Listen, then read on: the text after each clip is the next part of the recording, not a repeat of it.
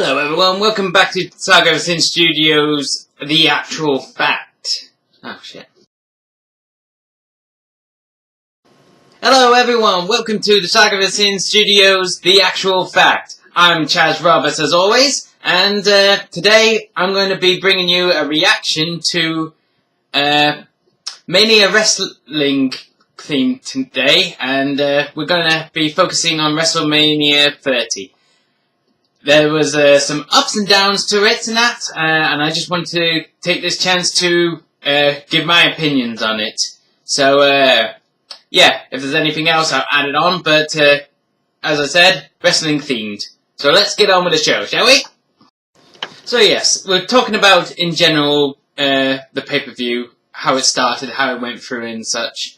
I think that the overall flow of it was quite bland, to be honest, but I'm getting quite used to WWE pay-per-views being like that. I don't know how everyone else feels about it, but yeah, we'll just go play through things that I can remember. Startup was quite interesting. Just three of the old favourites and that coming together. You had your Hulk Hogan, Stone Cold with a bit of a surprise and all that, and then you had The Rock. Basically throwing out the catchphrases. Highlight of that one, apparently we were being hosted in a place called the Silverdome, so lots and lots of pops throughout the night at Hogan for that one, making the mistake. So yeah, quick segment on that. A few of the events that happened, I missed the pre-show, unfortunately. My phone decided that it didn't have any energy. I was late trying to figure that one out anyway, so I couldn't get it on my app. But in terms of what I saw, we had the 30-man Battle Royal. That was, I think in general that was a good match. I think a lot of it was all packed in. The first 5-10 minutes was literally everyone being thrown over the top. That wasn't a key player like The Big Show, Sheamus and such and such. The highlight of that match, there's a couple of them. If you've seen it, you've noticed how amazingly accurate the whole Kofi Kingston. He always has one thing in the anything over the top rope elimination and all. So Battle Royal Rumble, which it pretty much was. Yeah, his feet not touching the floor again, but managing to somehow catch a little bit off, but we'll forgive him for that one. But his feet landed on the steps and all that, which, considering the fact that you were being thrown over a corner, more than just like leaping over the top rope at the side, that was quite impressive. I don't think many other superstars would be able to do that, but yes. Then we had the big moment, and literally quite a big one. Big Show looking like he was going to obviously win this one. Cesaro, last man against him, and he just picked the guy up. You would have thought that he was going to just simply slam him down, typical Hogan, Andre style. But no, he goes one better. And Cesaro, being the genetic freak that he is, throws him over the top rope.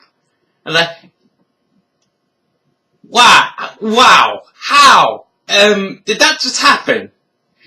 But yeah, that was, Cesaro, roleplayed as it was, looked pretty amazed with it as well. But yeah, that was a good ending to that match. The Shield, that was a very very quick match. It's like you walk in, you walk in, you notice everyone's there, and then suddenly you hit the big moves, done. And what was with the Ghost Recon cosplay? With the face mask and all, the bandanas. Looked okay, but I just didn't understand that part. But no, very quick match. Kind of a waste. I think one of the other matches that were really draining and dry and all that could have been replaced with some more time on that. Speaking of which, the Divas Invitational, pretty much. I don't think these divas, apart from a few who can be technically sound and all that, can wrestle, to be honest. I must admit, the ones that I did think could do moves, Natalya. How many discus clotheslines do you need to do in one match? I know there's a lot of them, but it was repetitive. And apart from the odd double dive from the Bellas and things like that, it was just meh. And the ending of that was expected. A little bit of a tap out. That's it, really. Okay, now, let's think. D-Bry. From the start, when he had his match against Triple H, okay fight and that. Everything was pretty much in its place in that. And then, about halfway through the match, I was just expecting, come on, let's just see it. Let's just see this ram of his with the knee and all that. And it was like waiting and waiting. Yeah. Pedigree. Oh, he kicked out. How unexpected. And then suddenly the knee came and all that. And way, finally we got that done. But when he went up against the other two in the triple threat, it was more the case that he had a pretty much never say die attitude in that. He was that kind of element in it. Which you kind of would have expected from the underdog kind of character that he came up across. Sorry, getting in my eyes. But yeah, generally, it was quite an interesting match because it had lots of different elements in it.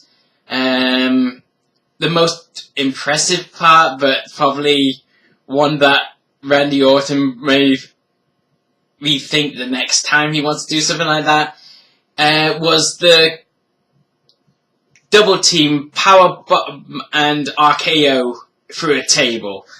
Yeah. Did you see that nasty gash he had on his back?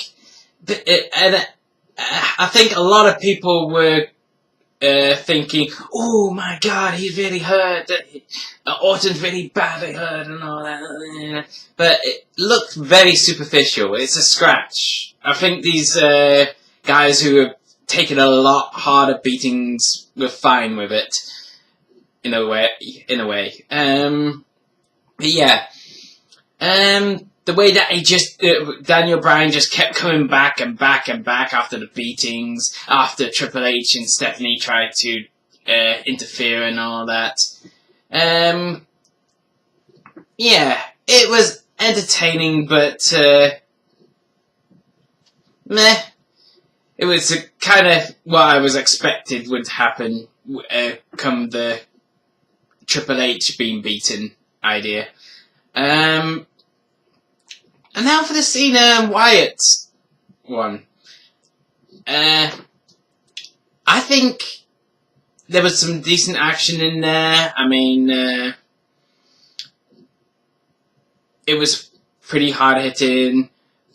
You had your general taste of the 5 moves of death from Cena and all that. But within all that action and that, you had elements like the chair being brought in as a symbol of Bray wanting him to turn into the monster. Come on, finish me! Do it!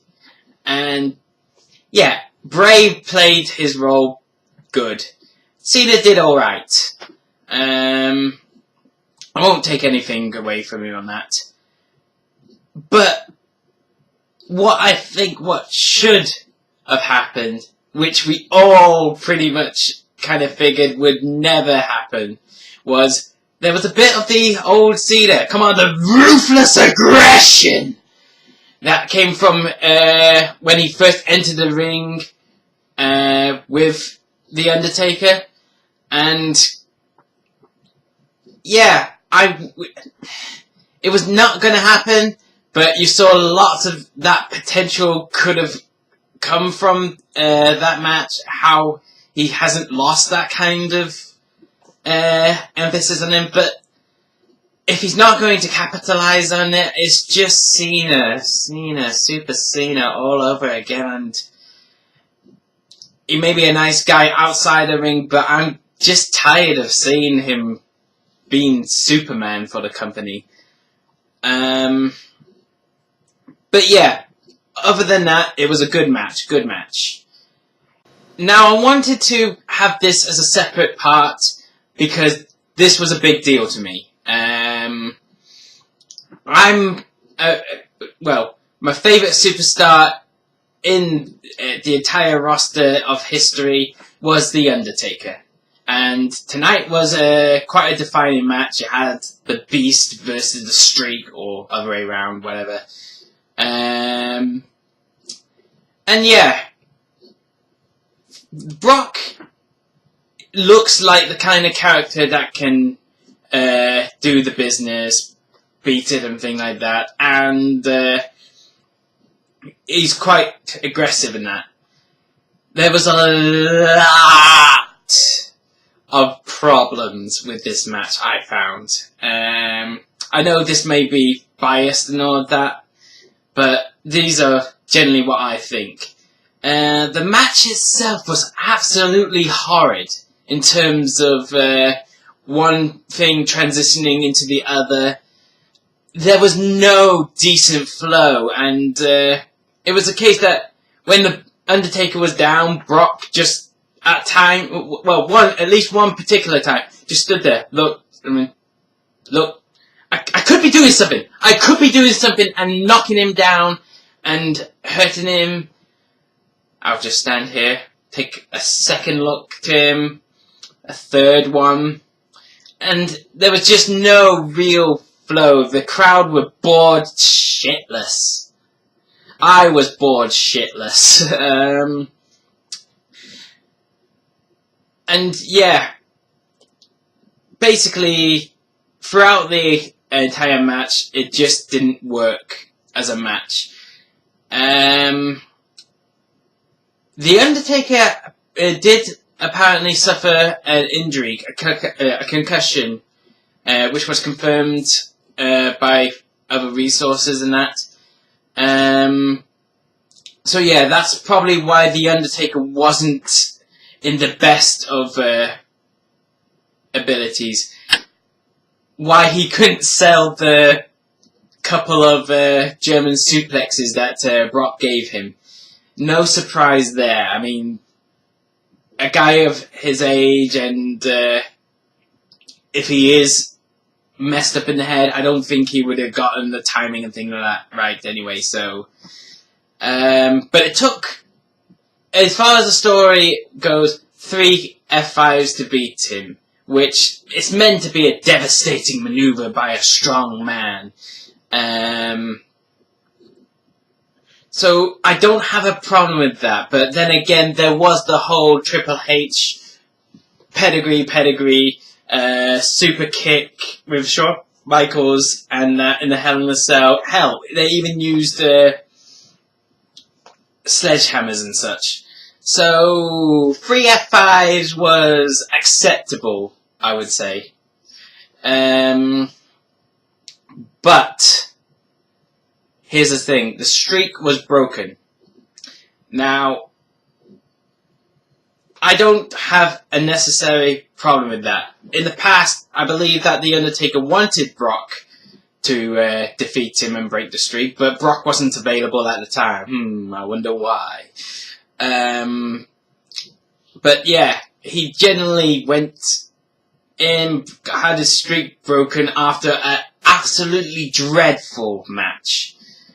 And the faces in the crowd, I was one of them who joined them, just sitting at home and all that, and you have got to be... No, it's not acceptable to have a huge legacy like the streak and a hard-working, long-lasting character like The Undertaker just totally insulted with that performance and had the most important thing of WrestleMania at that time especially just completely out the water, blown up. And that really riled me up. It just wasn't a very good event, to be honest. Not a good match, not a good result. And the way that The Undertaker suddenly got up after 5 minutes, 10 minutes on the ground, getting up, looking absolutely... What just happened? Oh. Damn. And he just walks out with the most beaten old dog kind of look that you could ever have as an exit in that. And it was pathetic. It really was. But apparently, that wasn't supposed to happen. I had a look on a website called the Hustlers News blog or something like that. And one of their articles was that Vince McMahon, after the show, was fuming because it was a mistake. Brock apparently took matters into his own hands and changed the script. It was supposed to be that the streak lasted longer than that. And I don't know what Brock said to Mark in the match and all of that. Because Mark would have to somewhat agree to it. It wasn't one of those situations where Vince McMahon with the Montreal Screwjob, ring the bell, and Bret Hart couldn't do anything about it because he was already in the sharpshooter. What else could he do? Mark was going along even if he was injured in that. And even Paul Heyman, being the guy that he is, he's a talent on, say, like the role play and the mic and that. Even he seemed like in the match, he was in on it. And I don't know where that came from. But yeah. Everything about that match was not supposed to happen, was not well executed, and it was just shambles. Furious, absolutely furious of that result. Not because of what could have happened and all of that, but what actually did happen and what was involved. And, yeah. Rest in peace, Undertaker. It was a great run whilst it was there, but now, last match for him, and I don't think we'll be seeing him for much longer, if at all. Well, I think you've had enough time and I think you've had enough of the actual one just ranting off and basically being bit bitchy, to be honest. But thank you all for listening out. If anyone wants to reply, like, or subscribe, you know what to do. Press the buttons, subscribe and all that, and then yeah, share your comments with me and I'll see what I can do to pay you back for those respects. So, yep, time for me to go and time for you to have a nice day.